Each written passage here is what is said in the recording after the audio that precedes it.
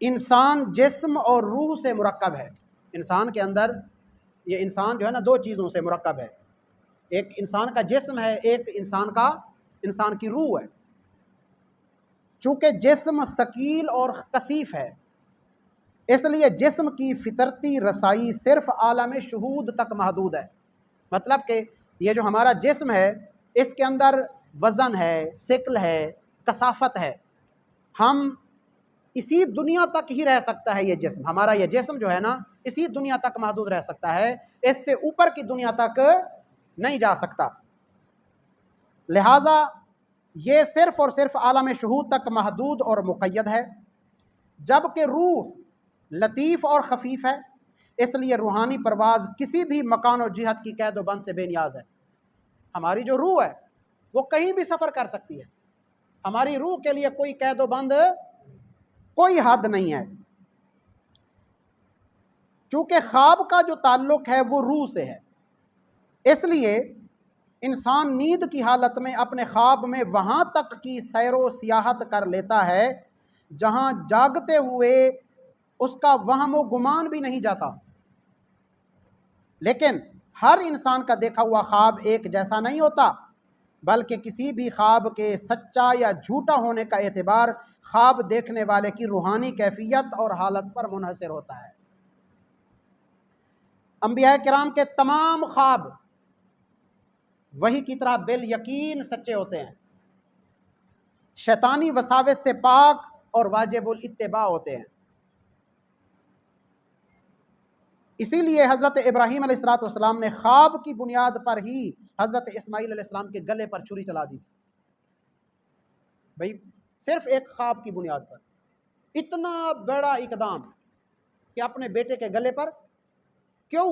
اس وجہ سے کہ جو نبی کا خواب ہوتا ہے وہ وحی کی طرح بالیقین سچا ہوتا ہے۔ نبی پر شیطان حاوی نہیں ہوتا، نبی پر اس کا نفس حاوی نہیں ہوتا، نبی کو جو خواب آتا ہے وہ اللہ کی طرف سے ہی آتا ہے۔ سمجھ گئے نا؟ اس لیے حضرت ابراہیم علیہ السلام نے اتنا بڑا اقدام خواب کی بنیاد پر کیا۔ رسول اللہ صلی اللہ علیہ وسلم کو جسمانی معراج کی رات جو مناظر دکھائے گئے تھے وہ سارے مناظر پہلے آپ کو خواب میں دکھا دیے گئے تھے۔ یہ تفسیر روح المعانی کے اندر موجود ہے، تفسیر رازی کے اندر موجود ہے کہ آپ صلی اللہ علیہ وسلم نے معراج میں جو جو چیزیں مشاہدہ کرنی تھیں وہ سارا کچھ آپ کو خواب کے اندر پہلے دکھا دیا گیا۔ اب یوں سمجھیں کہ آپ صلی اللہ علیہ وسلم صبح اس کو ریپیٹ کر رہے تھے، اور ویسے بھی آپ صلی اللہ علیہ وسلم نے 40 سال کی عمر میں نبوت کا اعلان کیا۔ 39.5 سال کے بعد آپ کو سچے خواب آنا شروع ہو گئے، اور خواب بھی ایسے کہ جو کچھ دن کو ہونا ہوتا رات کو آپ خواب میں وہ دیکھ لیتے، ساری رات خواب دیکھتے، صبح وہی جو خواب میں دیکھا تھا وہی کچھ بے عین ہی وہی کچھ ہوتا۔ اور 6 مہینے یہ سلسلہ رہا۔ 6 مہینے کے بعد آپ کو حکم ہوا کہ اب آپ نبوت کا اعلان کریں۔ اب شاید آپ سمجھے ہوں کہ نبوت کا 46واں حصہ کیوں کہا گیا ہے۔ 6 مہینے آپ کو باقاعدہ خواب کی صورت میں سارے مناظر دکھائے جاتے رہے۔ حضرت یوسف علیہ السلام کے اپنے باقی بھائیوں سے ممتاز ہونے اور ان کے روشن مستقبل کے بارے انہیں بچپن میں خواب کے ذریعے ہی آگاہ کر دیا گیا تھا۔ سورہ یوسف کے اندر پورا خواب کا واقعہ موجود ہے کہ حضرت یوسف علیہ السلام نے حضرت یعقوب علیہ السلام کو اپنا خواب دکھایا کہ میرے سامنے 12 ستارے چاند اور سورج سجدہ ریز ہیں۔ جس وقت یہ خواب حضرت یعقوب علیہ السلام نے حضرت یوسف علیہ السلام سے سنا، آپ نے فرمایا یہ خواب کسی کو بیان نہ کرنا، کسی کو بیان نہ کرنا۔ ساتھ یہ بھی بتا دیا کیوں؟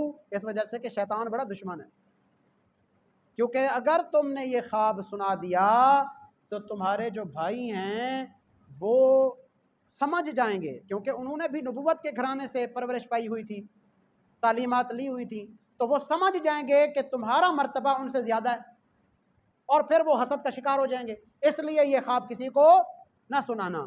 اچھا، پھر یہ خواب تو آپ نے پھر کسی کو نہ سنایا۔ جس وقت آپ مصر کے بادشاہ بنے اور اپنے والدین کو، اپنے بھائیوں کو مصر بلایا، تو آپ کے بھائیوں نے اور آپ کے والدین نے آپ کو، چونکہ آپ تخت پر بیٹھے تھے، سامنے قطار بنا کے انہوں نے کیا کیا؟ سجدہ کیا۔ تو اس وقت حضرت یوسف علیہ السلام نے اپنے والدین کو کہا، ھذا تأویل رؤیائی، یہ ہے میرے خواب کی تعویل، یہ ہے تعبیر۔ اچھا، ایک تعویل ہوتی ہے، ایک تعبیر ہوتی ہے، اس میں بھی ذرا فرق سمجھ لیں۔ خواب کی ایک تعویل ہوتی ہے اور ایک تعبیر ہوتی ہے۔ جو تعبیر ہوتی ہے وہ غلط بھی ہو سکتی ہے، وہ اندازے سے ہوتی ہے، مگر جو تعویل ہوتی ہے وہ یقینی ہوتی ہے، اس میں کسی طرح کے شک و شبہ کی کوئی گنجائش نہیں ہوتی۔ حضرت یوسف علیہ السلام کہہ رہے ہیں، ھذا تأویل رؤیائی، یہ میرے خواب کی تعویل ہے۔ اور جس وقت حضرت یوسف علیہ السلام جیل کے اندر تھے تو آپ کے دو ساتھیوں نے خواب دیکھا، تو اس وقت حضرت یوسف علیہ السلام نے دونوں کو ان کے خواب کی تعویل بتائی، اور ساتھ یہ بھی بتایا کہ یہ میں نے اپنے آباء و اجداد سے سیکھا ہے۔ خواب کی تعویل بتانا اپنے آباء و اجداد سے سیکھا ہے۔ اور ایک کو بتایا کہ تم چھوٹ جاؤ گے، دوبارہ اپنے منصب پر فائز ہو جاؤ گے، اور دوسرے کو بتایا کہ تمہیں سولی پر لٹکا دیا جائے گا۔ اچھا، جس کو یہ فرمایا نا کہ تمہیں سولی پر لٹکا دیا جائے گا، اس نے کہا، او میں نے تو خواب ہی نہیں دیکھا، میں نے تو جھوٹ بولا، میں نے تو خواب ہی نہیں دیکھا، آپ نے ایسے ہی بتا دیا۔ آپ نے فرمایا، تم نے خواب دیکھا ہے یا نہیں دیکھا، اب جو کچھ میں نے کہہ دیا یہ متحقق ہو چکا ہے۔ اور یہ قرآن مجید کے اندر پورا واقعہ یہ بھی موجود ہے، سورہ یوسف کے اندر۔ اب آپ اندازہ کریں کہ خواب مستقبل کیسے طے کرتا ہے، مستقبل کے معاملات کیسے متعین ہوتے ہیں خواب سے۔ اب یوسف علیہ السلام نے جو خواب بچپن میں دیکھا، اس کی تعویل 40 سال کے بعد، اور فرما رہے ہیں وہ جو 12 ستارے سجدہ ریز تھے وہ آپ کے بھائی تھے، والدین جو آپ کے سامنے سجدہ ریز تھے وہ چاند اور سورج تھے۔ اور اس مذہب میں سجدہ تعظیمی جائز تھا، یاد رہے، اس مذہب میں سجدہ تعظیمی جائز تھا، اس لیے آپ کے والدین نے اور آپ کے بھائیوں نے سجدہ کیا، اور یہ قرآن مجید میں موجود ہے، اس کا تو کوئی انکار کر سکتا ہی نہیں۔ اچھا، اس کے بعد انبیاء کرام کی بتائی ہوئی خواب کی تعبیر بھی وحی کی طرح قطعی اور یقینی ہوتی ہے، اسی لیے حضرت یوسف علیہ السلام نے اپنے قیدی ساتھیوں کو خواب کی تعبیر دیتے ہوئے سزائیں پہلے بتا دی تھی۔ اچھا، رسول اللہ صلی اللہ علیہ وسلم نے نماز کی اطلاع دینے کے لیے اذان اور اس کے الفاظ کا انتخاب صحابہ کرام کے خواب کی تعبیر کے نتیجے میں ہی عطا فرمایا تھا۔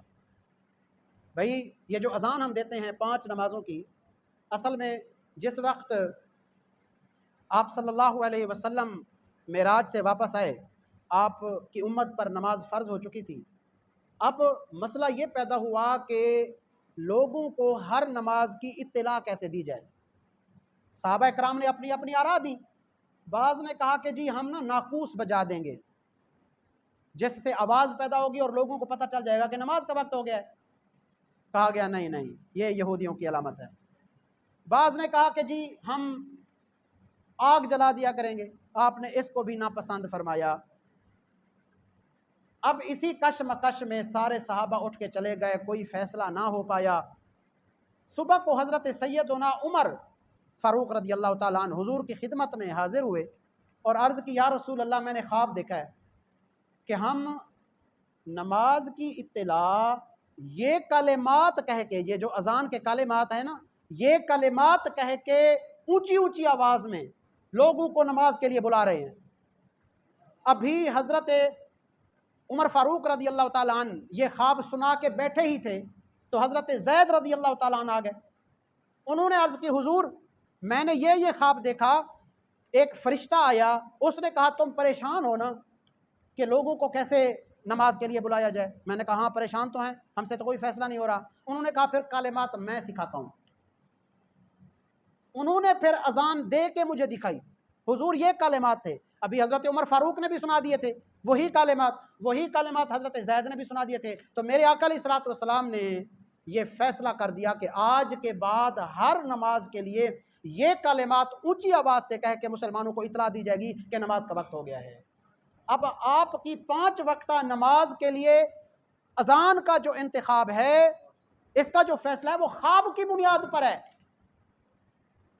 یہ خواب کوئی بیکار چیز نہیں ہے، بے فائدہ چیز نہیں ہے، بے حقیقت چیز نہیں ہے، لیکن خواب کی تعبیر بتانے والا بھی کوئی ہو، خواب کو سمجھنے والا بھی ہو، ٹھیک ہے نا جی؟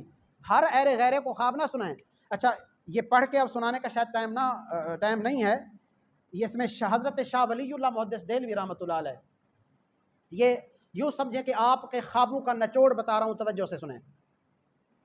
حضرت شاہ ولی اللہ محدث دہلوی رحمۃ اللہ علیہ نے لکھا حجت اللہ البالغہ میں کہ خواب 3 طرح کے ہوتے ہیں۔ کتنی طرح کے؟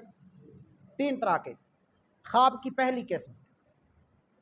پہلی قسم ہے کہ آپ جو کچھ سوچتے ہیں، جو کچھ کرتے ہیں، جو آپ کے اوپر جس چیز کا پریشر ہوتا ہے، دباؤ ہوتا ہے، وہی چیز شکل میں متشکل ہو کے رات کو خواب میں آ جاتی ہے۔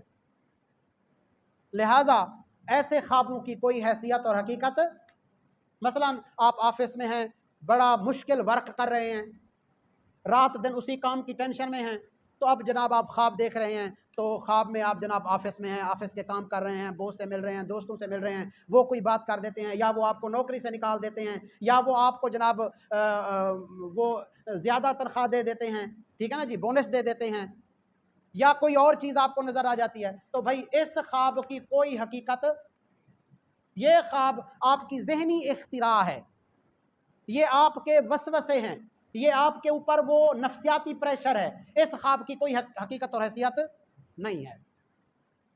اب دوسری قسم کا خواب، دوسری قسم کا جو خواب ہے وہ ہوتا ہے شیطان کی طرف سے،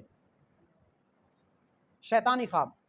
وہ مختلف قسم کے وسوسوں میں آپ کو ڈالتا ہے، مختلف قسم کے چیزوں سے آپ کو گھبرا دیتا ہے، گھبراہٹ میں ڈال دیتا ہے، پریشان کر دیتا ہے، تاکہ آپ کوئی غلط اقدام کر لیں۔ یہ شیطانی خواب ہوتا ہے، آپ کو ڈرا دیا، آپ کو پریشان کر دیا مستقبل کے بارے میں۔ آپ نے دیکھا کہ آپ کسی کو قتل کر رہے ہیں، آپ نے دیکھا کہ آپ شراب پی رہے ہیں، آپ نے دیکھا کہ آپ چوری کر رہے ہیں، حالانکہ آپ اپنے پیشن میں چور نہیں ہیں، شراب نہیں پیتے، آپ قاتل نہیں ہیں، مگر آپ کی طبیعت اور روزمرہ معمولات کے خلاف جو آپ کو خواب آ رہے ہیں نا، اور وہ بھیانک قسم کے خواب ہیں، وہ کون سے خواب ہیں؟ وہ شیطان کی طرف سے ہیں۔ کس کی طرف سے ہیں؟ شیطان کی طرف سے ہے۔ اب جو پہلی قسم میں نے آپ کو خواب کی بتائی، ان کی بھائی کوئی حیثیت نہیں ہے، وہ خواب اور جو شیطانی خواب ہیں، ان دونوں میں جو رسول اللہ کی تعلیم ہے اس کو ذرا غور سے سنیے۔ اگر کوئی ایسا خواب آئے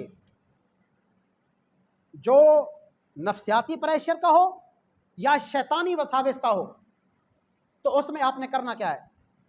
ایسا بھیانک خواب دیکھنے کے بعد نا آنکھ کھل جاتی ہے عام طور پر۔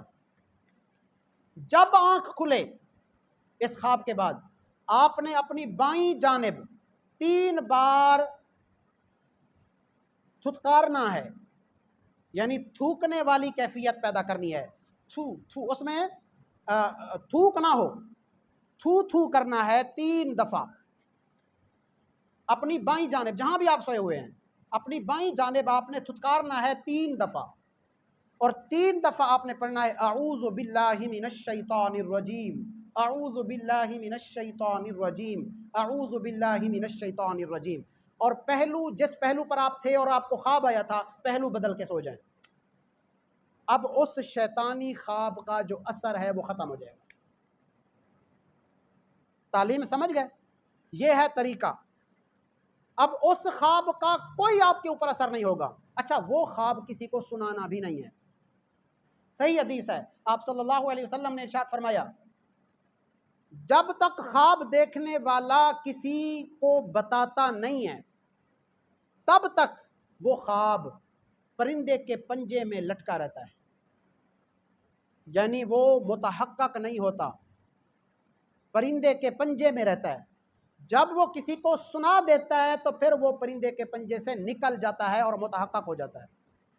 اس لیے جب کبھی آپ خواب دیکھیں، اگر آپ سمجھتے ہیں کہ کسی کو سنانے کی ضرورت ہے تو بھائی آپ کسی عالم دین کو سنائیں، اور عالم دین بھی ہر عالم دین کو نہیں، جو خواب سے کچھ سوجھ بوجھ بھی رکھتا ہو اس کو سنائیں، ہر بندے کو خواب نہ سنائیں، کیونکہ وہ جو تعبیر دے گا وہی متحقق ہو جائے گی، جو تعبیر دے گا ویسے ہی ہو جائے گا۔ اس لیے حدیث میں منع کیا گیا، آپ نے فرمایا جب تک کوئی بندہ کسی کو خواب نہیں سناتا تب تک وہ خواب بے اثر رہتا ہے، جب کسی کو سنا دیتا ہے وہ وقوع پذیر ہو جاتا ہے، جو بندہ وہ تعبیر دیتا ہے نا۔ اچھا پھر آپ کیا کرتے ہیں، آپ کی عادت ہے، اب جناب رات کو خواب دیکھا، صبح جو بھی ملا آپ نے اس کو سنا دیا، دیکھا ہی نہیں کہ میرا دشمن ہے یا دوست ہے، یہ پڑھا لکھا ہے یا جاہل ہے۔ اب وہ جناب کوئی ایسی تعبیر دے دے جو آپ کے مستقبل کے لیے نہایت خطرناک ہو، تو پھر کیا، وہ تو تعبیر ہو جائے گی۔ اس لیے آپ کسی ایرے غیرے کو اپنا خواب کبھی نہ سنائیے، یہ جو شیطانی خواب ہوتا ہے، یہ جو نفسیاتی خواب ہوتا ہے، کسی کو بھی نہ سنائیے۔ وہی طریقہ اختیار کیجئے جو رسول اللہ صلی اللہ علیہ وسلم نے حدیث میں ہمیں تعلیم فرمایا ہے کہ 3 دفعہ تھتکاریں اور 3 دفعہ اعوذ باللہ من الشیطان الرجیم پڑھیں اور پہلو بدل کے سو جائیں، بس اس خواب کا اثر ختم۔ اب جو تیسری قسم ہے خواب کی، تیسری قسم ہے نیک خواب، اچھے خواب، جن کو مبشرات کہا گیا، وہ مومن کا خواب ہوتا ہے۔ اب مومن کا جو خواب ہے وہ بھی ہر خواب سچا نہیں ہوتا، اس کے لیے حدیث میں الفاظ ہیں۔ اب جو بھی آپ خواب دیکھیں ان الفاظ کے پیمانے پر آپ اپنے خواب کو جانچ سکتے ہیں۔ میرے آقا علیہ الصلوۃ والسلام نے ارشاد فرمایا جو بولنے کے اعتبار سے جتنا سچا ہوتا ہے اتنے سچے خواب اسے آتے ہیں، جو جتنا سچا اسے خواب بھی۔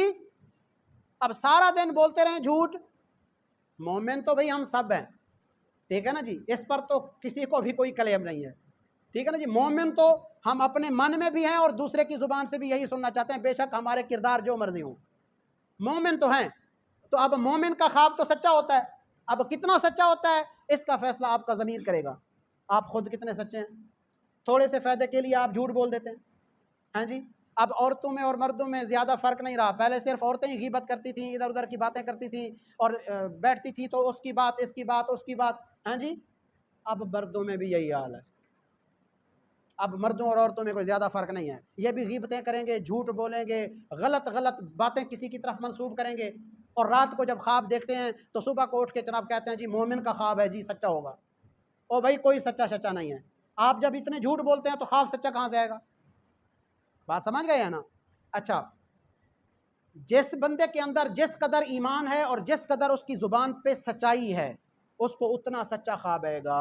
اور اگر کسی خوش نصیب نے رسول اللہ صلی اللہ علیہ وسلم کی زیارت کر لی تو حقیقت میں ہی اس نے رسول اللہ کی زیارت کر لی، کیونکہ آپ صلی اللہ علیہ وسلم نے ارشاد فرمایا لا یتمثل الشیطان بی، شیطان میری شکل نہیں بنا سکتا، دنیا کے ہر بندے کی شکل بنا لے گا، دنیا کی ہر چیز کی شکل بنا لے گا، لیکن شیطان میری شکل نہیں بنا سکتا۔ ایک اور بات جو اس حوالے سے بہت اہم ہے وہ کر کے پھر اجازت۔ رسول اللہ صلی اللہ علیہ وسلم نے ارشاد فرمایا جھوٹوں میں سے سب سے بڑے جھوٹ، اب 3 جھوٹ آپ نے بتائے، جھوٹوں میں سے سب سے بڑے جھوٹ اور بہتانوں میں سے سب سے بڑے بہتان 3۔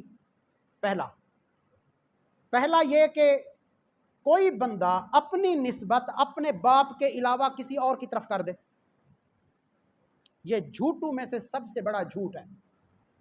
کیسے؟ آپ نے شاید دیکھا ہوگا کہ کچھ لوگ اپنی قومیں تبدیل کر لیتے ہیں، خسیس قوم کے ہوتے ہیں، شرمندگی کی وجہ سے قوم بدل لیتے ہیں۔ یہ اپنے باپ کو بدلنے جیسی بات ہے، بلکہ کچھ تو ایسے بدبخت ہوتے ہیں جو کچھ عرصے کے بعد سید بھی بن جاتے ہیں۔ خسیس قوم سے ترقی کرتے کرتے کچھ عرصے بعد سید بن جاتے ہیں، ٹھیک ہے نا جی؟ قریشی سید سے نیچے وہ نہیں رکتے۔ یہ اپنے باپ کے علاوہ اپنے آپ کو کسی کی طرف منسوب کرنے والی بات ہے۔ اسی طرح اگر کسی شخص نے کسی کا بچہ اٹھایا یا بچی اٹھائی پالنے کے لیے، اب وہ اس بچے اور بچے کی ولدیت اپنی لکھواتا ہے، حالانکہ وہ ان کے بچے بچی نہیں ہیں۔ یہ بھی اسی میں آتا ہے کہ پوری زندگی جب اس بچے سے پوچھا جائے گا تمہارا باپ کون ہے، تو وہ بتائے گا اسی غلط باپ کا نام جو کہ اس کا باپ ہے نہیں۔ اس کو پالا ضرور ہے مگر باپ نہیں ہے، سمجھیں؟ یہ بھی جھوٹوں میں سے بڑا جھوٹ ہے۔ دوسرا جھوٹ آپ نے فرمایا اپنی آنکھوں کو وہ دکھانا جو آنکھوں نے دیکھا ہی نہیں ہے، یعنی صبح اٹھ کے جھوٹا خواب بیان کر دینا۔ اور یہ بھی مصیبت ہمارے ہاں بہت ہے۔ کسی کے اوپر امپریشن ڈالنا ہو نا، یا کسی کو خوش کرنا ہو یا کسی کو ناراض کرنا ہو، ہاں جی، کسی کو تنبیہ کرنی ہو تو جھوٹا خواب بنا کے اپنی طرف سے، جی میں نے خواب میں دیکھا ہے کہ آپ کے ساتھ یوں یوں ہو رہا تھا لہٰذا آپ محتاط ہو جاؤ، یا آپ کے لیے خوشخبری ہے، میں نے آپ کے لیے اچھا خواب دیکھ لیا، میں نے آپ کو خواب میں دیکھا کہ آپ میرے پاس آ رہے تھے، ماشاءاللہ آپ آ بھی گئے۔ مطلب اس طرح کہ رات کو خواب دیکھا ہی نہیں ہے، خواہ مخواہ جھوٹ بول کے بیان کر رہا ہے کہ میں نے خواب دیکھا ہے۔ یہ جھوٹوں میں سے سب سے بڑا جھوٹ ہے۔ اور تیسرا جھوٹ جو اسی پائے کا ہے، اب آپ اندازہ کر لیں کہ یہ کتنے بڑے جھوٹ ہیں، دو۔ تیسرا جھوٹ، اور یہ بھی بدقسمتی سے ہمارے عوام میں بہت رائج ہے، آپ نے فرمایا تیسرا جھوٹ یہ ہے کہ جو بات میں نے کہی نہیں ہے میری طرف منسوب کر کے یہ کہنا کہ رسول اللہ نے فرمائی ہے، میں نے کہی ہی نہیں ہے، اللہ کے نبی کی طرف جھوٹی بات منسوب کر دینا، یہ بھی جھوٹوں میں سے سب سے بڑا جھوٹ ہے۔ اور یہ بھی بہت عام ہے بھئی، لوگوں کے ذہن میں نا کوئی جملہ ہوتا ہے کسی حکیم کا، کسی مدبر کا، کسی مفکر کا، کسی عالم کا، کسی صوفی کا، وہ کہتے ہیں یہ نبی کی حدیث ہے جی، یہ حدیث میں ایسے آیا ہے، رسول اللہ نے ایسے فرمایا، ایسے خواہ مخواہ منسوب کر دیتے ہیں، اور وہ بھی بال یقین کہ رسول اللہ نے فرمایا ہے۔ یہ بہت بڑی جرأت ہے، بہت بڑی، یہ رسول اللہ پر جھوٹا بہتان ہے۔ آپ صلی اللہ علیہ وسلم نے ارشاد فرمایا جو شخص میری طرف جان بوجھ کے جھوٹ منسوب کرتا ہے فَلْيَتَبَوَّأْ مَقْعَدَهُ مِنَ النَّارِ، اس کو چاہیے کہ پھر اپنا ٹھکانہ جہنم میں بنا لے۔ اتنا بڑا جھوٹ ہے۔ لہٰذا ایک تو اپنے غیر باپ کی طرف خود کو منسوب نہیں کرنا، دوسرا جھوٹا خواب نہیں سنانا، تیسرا ایسے ادھر ادھر کی باتیں اور مقولے اور قول اقوال یہ رسول اللہ کی طرف منسوب نہیں کرنے۔ اگر آپ کو پورا 100% یقین ہو کہ یہ رسول اللہ کا فرمان ہے تب کہیں کہ یہ رسول اللہ کا فرمان ہے، ورنہ نہ کہیں کہ یہ حدیث ہے، یہ رسول اللہ کا فرمان ہے۔ ٹھیک ہے، یہ باتیں سمجھ گئے؟ اللہ رب العزت ہم سب کو عمل کی توفیق عطا فرمائے۔